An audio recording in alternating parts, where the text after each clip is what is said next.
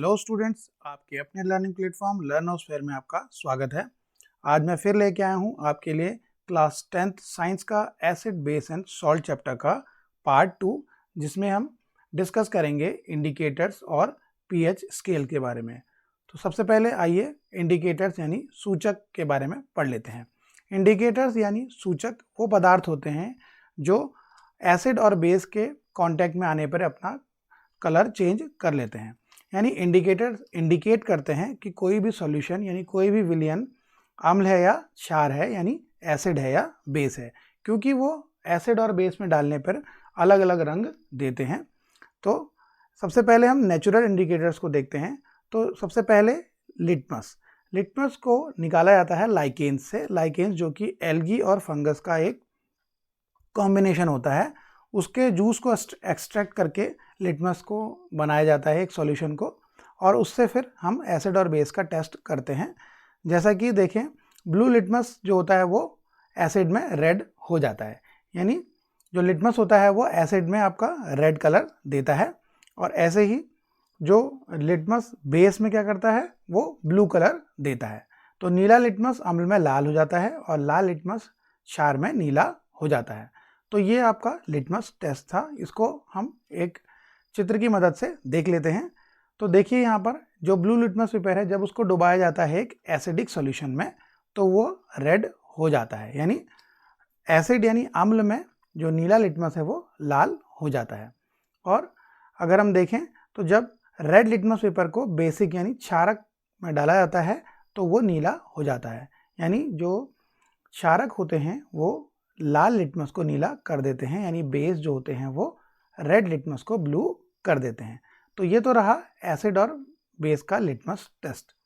अब अगर हम कुछ अदर नेचुरल इंडिकेटर्स को देख लेते हैं। कुछ और नेचुरल इंडिकेटर्स भी हैं, जैसे कि टर्मरिक यानी हल्दी, जो कि एसिड में डालने पर हल्दी का वही रंग रहता है, लेकिन बेस में डालें हल्दी को तो वो लाल भूरे रंग की हो जाती है। ऐसे ही रेड केबेज जो होती है, लाल पत्ता गोभी, वो भी एक नेचुरल इंडिकेटर है। आइए इनके बारे में हम डिटेल में जानते हैं। तो सबसे पहले टर्मरिक यानी हल्दी जो रेडिश ब्राउन हो जाती है बेस में, यानी क्षार में वो लाल भूरा रंग देती है, और अम्ल में और उदासीन जो है, जो न्यूट्रल सॉल्यूशन है, उनमें क्या करते हैं ये पीला ही रंग देती है, अपना रंग रिटेन करता है।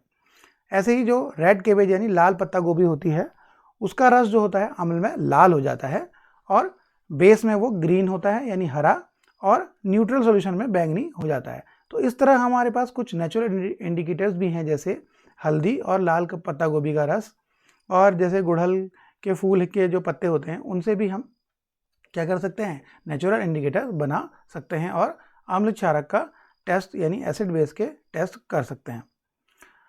अब हम देखेंगे कुछ सिंथेटिक इंडिकेटर्स के, यानी कृत्रिम सूचक जो लैबोरेटरीज में बनाए जाते हैं। सबसे पहले मेथिल ऑरेंज, ये जो होता है अम्ल में लाल कलर का हो जाता है, यानी अगर हम इसे एसिड में डालेंगे मेथिल ऑरेंज को तो वो रेड कलर का हो जाता है, और ये बेस में पीला रंग देता है। ठीक है, तो एसिड में लाल कलर और बेस में ये पीला कलर देता है। ऐसे ही अगला है फिनोप्थिलिन, ये जो एसिड में डालने पर ये कलरलेस रहता है, और जैसे ही इसे हम बेस में डालते हैं यानी क्षार में, यह गुलाबी यानी पिंक कलर देता है बेस में। तो फिनोप्थिलिन जो है वो बेस में पिंक कलर देता है। तो ये रहे आपके कुछ सिंथेटिक इंडिकेटर्स। अब आते हैं ऑल्फैक्टरी इंडिकेटर्स यानी गंधी सूचक। यानी कुछ इंडिकेटर ऐसे होते हैं जो रंग न बदल करके हम उनको स्मेल से पहचानते हैं, यानी उनकी अम्ल और क्षार में अपनी एक कैरेक्टरिस्टिक स्मेल होती है, यानी एक विशेष गंध होती है, जो अम्ल में कुछ और क्षार में कुछ और होती है। जैसे यहाँ उदाहरण लें कुछ ऑल्फैक्टरी इंडिकेटर, जैसे प्याज, इसकी भी एक तीखी गंध होती है, पंजेंट स्मेल होती है। ऐसे ही वेनिला एक्सट्रैक्ट होता है, जो आपका वेनिला आइसक्रीम में भी डाला जाता है, तो एक मीठी और जो प्लीजेंट फ्रेगरेंस होती है, अच्छी सुगंध इसकी होती है। ऐसे ही लौंग का तेल होता है, बहुत ही तेज और मसालेदार इसकी गंध होती है, स्पाइसी ओडर होता है। तो ये तीन आपके प्याज, वेनिला एक्सट्रैक्ट और लौंग का जो क्लोव ऑयल है, ये आपके ऑल्फैक्टरी यानी गंधी सूचक हैं। इनका जो स्मेल है वो एसिड में कुछ और बेस में कुछ और होती है। आइए इनके टेस्ट को देखते हैं। तो जब गंधी सूचकों जितने भी हैं ये तीनों, इनको जब हम एसिड्स के साथ रिएक्ट कराते हैं तो इनकी जो स्मेल है वो बदलती नहीं है, यानी ये अपनी वही स्मेल देते हैं। लेकिन जब इन बेस यानी क्षारों के साथ अभिक्रिया करते हैं तो इनकी जो स्मेल है वो क्या होती है, नष्ट हो जाती है, यानी इनका जो ओडर है वो डिस्ट्रॉय हो जाता है, यानी क्षारों के साथ ही अपनी गंध नहीं देते। यानी अगर हम क्षार पे डालेंगे लौंग या प्याज या वेनिला एक्सट्रैक्ट तो उनकी हमें स्मेल नहीं आएगी, लेकिन अम्ल के साथ आएगी। तो इस तरह हम इनको अम्ल और क्षारों को यानी एसिड और बेस को ऑल्फैक्टरी इंडिकेटर्स के द्वारा भी हम टेस्ट कर सकते हैं और पता लगा सकते हैं कि कोई भी विलेन यानी सॉल्यूशन एसिडिक है या बेसिक है। अब आते हैं हम यूनिवर्सल इंडिकेटर्स। तो यूनिवर्सल इंडिकेटर्स क्या होता है, ये एक सॉल्यूशन होता है, यानी बहुत सारे जो सूचक हैं यानी इंडिकेटर्स का मिक्सचर होता है ये, और ये एक जो पूरी रेंज है पीएच की 1 से लेकर 14 तक की, उसमें अलग अलग रंग दिखाता है। तो यूनिवर्सल इंडिकेटर्स से हम रंग द्वारा पहचान लेते हैं कि तो एसिडिक जो सॉल्यूशन है या बेसिक है। तो इससे क्या होता है, जो हम कोई भी सॉल्यूशन है उसकी अम्लता और क्षारीयता यानी एसिडिटी और बेसिसिटी का बिल्कुल करेक्ट हम अनुमान लगा सकते हैं कि वो कितना एसिडिक है और कितना बेसिक है। तो यूनिवर्सल इंडिकेटर्स जो है वो बनाया जाता है, बहुत सारे इंडिकेटर्स के मिक्स करके उनको बनाया जाता है। आइए इसको यूनिवर्सल इंडिकेटर्स को एक बार देख लेते हैं। तो पीएच रेंज यानी 1 से 3 तक जो है वो स्ट्रॉन्ग एसिड्स होते हैं। अगर जो यूनिवर्सल इंडिकेटर्स में आपका रेड कलर दिखाएगा, जहाँ पर अगर हम उस यूनिवर्सल इंडिकेटर्स पर हम उसको डालेंगे सॉल्यूशन को, अगर वो रेड कलर दिखा रहा है तो वो स्ट्रॉन्ग एसिड होगा। अगर ऑरेंज येलो अगर दिखा रहा है तो वो वीक एसिड होगा, यानी पीएच रेंज 4 से 6 के बीच में। और अगर यूनिवर्सल इंडिकेटर्स के लिए ग्रीन कलर दिखाता है तो वो उदासीन यानी न्यूट्रल होगा। और अगर ब्लू कलर दिखाता है तो वो क्या होगा, एक दुर्बल बेस क्षार होगा, यानी वीक एल्कली होगा, वीक बेस होगा, जिसका पीएच हो सकता है 8 से 10 के बीच में। ऐसे ही अगर इंडिगो या वॉयलेट कलर दिखाता है तो क्या होगा, यानी बैगनी कलर दिखाता है तो ये स्ट्रॉन्ग बेस होगा, तो इसका 11 से 14 के बीच में पीएच होगा। आइए हम इसे एक चित्र के द्वारा रंग में देख लेते हैं। तो ये रहा आपका यूनिवर्सल इंडिकेटर्स की स्ट्रिप्स आती हैं, जो उस पर हम जब ये सॉल्यूशन डालते हैं तो आपका ये देखिए रेड से लेकर, जैसे हमने देखा पिछले स्लाइड में, रेड से स्टार्ट होगा, अगर स्ट्रॉन्ग एसिड तो वो रेड होगा। फिर यहाँ से अगर हम देखें 0 और 1 पे ये रेड कलर दिखा रहा है, 2 से धीरे धीरे ये येलो, ऑरेंज और येलो होता जा रहा है। तो देखिए गैस्ट्रिक जूस जो कि हमारा HCl होता है तो उसका pH 1 यानी स्ट्रॉन्ग एसिड है। लेमन जूस क्योंकि ये ऑर्गेनिक एसिड है तो ये pH थोड़ा बढ़ गया है तो ये वीक एसिड है। ऐसी प्योर वाटर देखें और ब्लड है, वो इसका 7 के आसपास है pH, यानी ये क्या है, न्यूट्रल है। और मिल्क ऑफ मैग्नीशिया जो कि एक वीक बेस है तो इसका जो pH है वो 10 है, तो ये वीक बेस है मिल्क ऑफ मैग्नीशिया यानी मैग्नीशियम हाइड्रोक्साइड। अब अगर हम आगे की ओर जाएं तो यहाँ क्या होंगे, स्ट्रॉन्ग बेस होते जाएंगे। तो 14 पे आपका क्या, सोडियम हाइड्रोक्साइड NaOH का सॉल्यूशन है जो कि एक स्ट्रॉन्ग बेस है, और इसका यूज़ हम सोप वगैरह में यानी साबुन बनाने में करते हैं। तो ये रहा आपका यूनिवर्सल इंडिकेटर, जिसमें 0 से लेकर 14 तक के हैं, अलग अलग कलर हैं। और यहाँ जो 0 है, यहाँ पर ये रेड कलर जो दिखाता है 0, 1, ये स्ट्रॉन्ग एसिड्स को दिखा रहा है। फिर आपका जो येलो कलर है वो वीक एसिड, और ग्रीन कलर आपका दिखाता है न्यूट्रल। और फिर आगे और पर्पल, जो ब्लू और पर्पल होता जा रहा है, तो यहाँ पर हम स्ट्रॉन्ग बेस की ओर जाते रहेंगे यूनिवर्सल इंडिकेटर्स। तो इस तरह से हम यूनिवर्सल इंडिकेटर से भी जो एसिड बेस के सॉल्यूशन हैं यानी अम्ल और क्षारक के जो विलयन हैं उनका हम परीक्षण यानी टेस्ट कर सकते हैं। अब आते हैं हम पीएच स्केल पर। तो पीएच स्केल जैसे आपको पता भी है, पिछले स्लाइड में भी हमने देखा कि 0 से लेकर 14 तक आपके पॉइंट्स होते हैं। तो ये देखिए यहाँ पर भी 0 से लेकर 14 तक इसकी एक रेंज होती है, जिसमें 0 यानी 0 की ओर जो है वो एसिडिक है, यानी बीच में आपका 7 जो है न्यूट्रल पॉइंट है। तो 7 से यानी 0 से 7 के बीच में क्या होते हैं, एसिड्स होते हैं, ठीक है। और हम जितना 0 की ओर बढ़ते हैं तो एसिडिक जो है वो एसिडिक जो टेंडेंसी है वो स्ट्रांग होती आती है। और अगर हम 7 से 14 की ओर बढ़ेंगे तो वो बेस हमको मिलेंगे, जितने स्ट्रॉन्ग बेस वो होंगे वो 14 की ओर मिलेंगे। तो जैसे देखिए ये बैटरी में आपके एसिड्स डाले जाते हैं, सल्फ्यूरिक एसिड वगैरह, तो वो स्ट्रॉन्ग एसिड होते हैं, तो ये आपका 0 पे दिखाए गए हैं। स्टमक एसिड आपका HCl है, तो ये भी स्ट्रॉन्ग एसिड तो 1 पे दिखा है। लेमन जूस जो है वो आपका थोड़ा वीक एसिड्स हैं। सोडा जो है उसमें कार्बोनिक एसिड्स होते हैं, तो वो भी वीक एसिड्स हैं।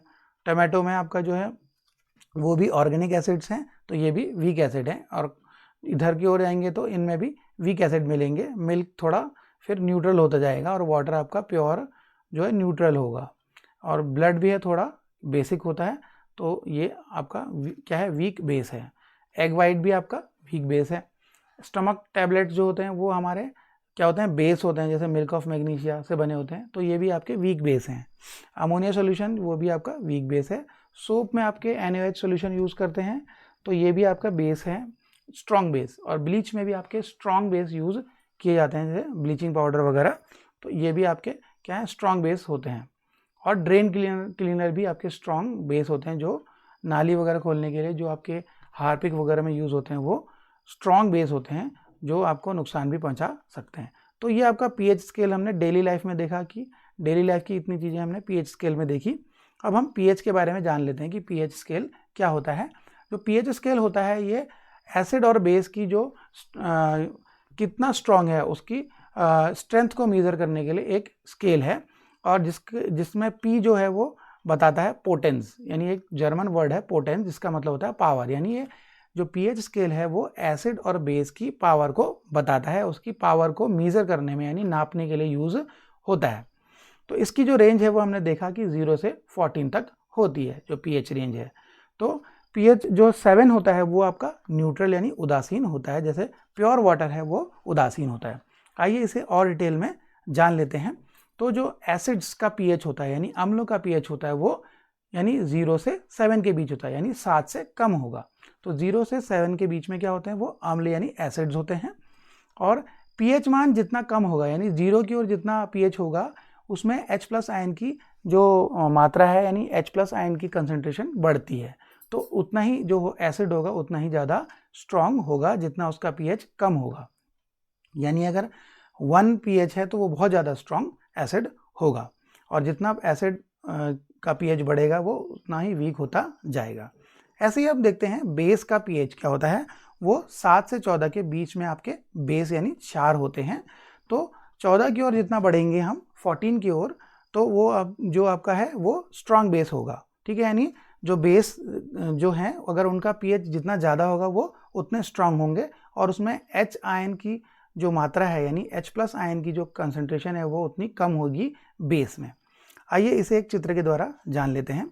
ये रहा आपका pH स्केल, जिसमें 0 से लेकर के 7 तक ये न्यूट्रल है, और फिर 7 से 14 यानी 0 से 7 तक तो क्या होते हैं, एसिड्स होते हैं और इनका एसिडिक नेचर है। तो एरो लगा इधर की ओर, यानी 0 की ओर जब हम जाएंगे तो एसिडिक नेचर बढ़ता रहता है यानी अम्लता बढ़ेगी।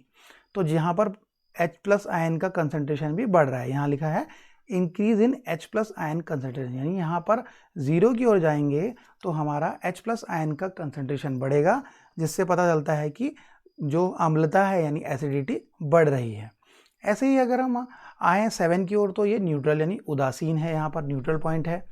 और जब 7 से हम 14 की ओर बढ़ते हैं तो क्या होता है, बेसिक नेचर यानी अम्लता की जगह हम क्या देखेंगे कि क्षारकता बढ़ती है यहाँ पर, और H+ आयन कंसंट्रेशन कम हो जाएगा। तो क्योंकि बेस क्या देते हैं, OH- आयन, तो यहाँ पर OH- आयन बढ़ेंगे और H+ आयन क्या होंगे, वो डिक्रीज होंगे। यानी हम 14 की ओर जितना जाएंगे तो हमें स्ट्रॉन्ग बेस मिलेगा और वीक एसिड होगा।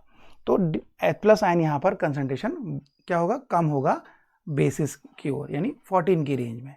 तो ये रहा आपका pH स्केल और इंडिकेटर्स, जिनकी सहायता से हम एसिड और बेस के बीच में डिफ्रेंशिएट कर सकते हैं और उनके टेस्ट कर सकते हैं।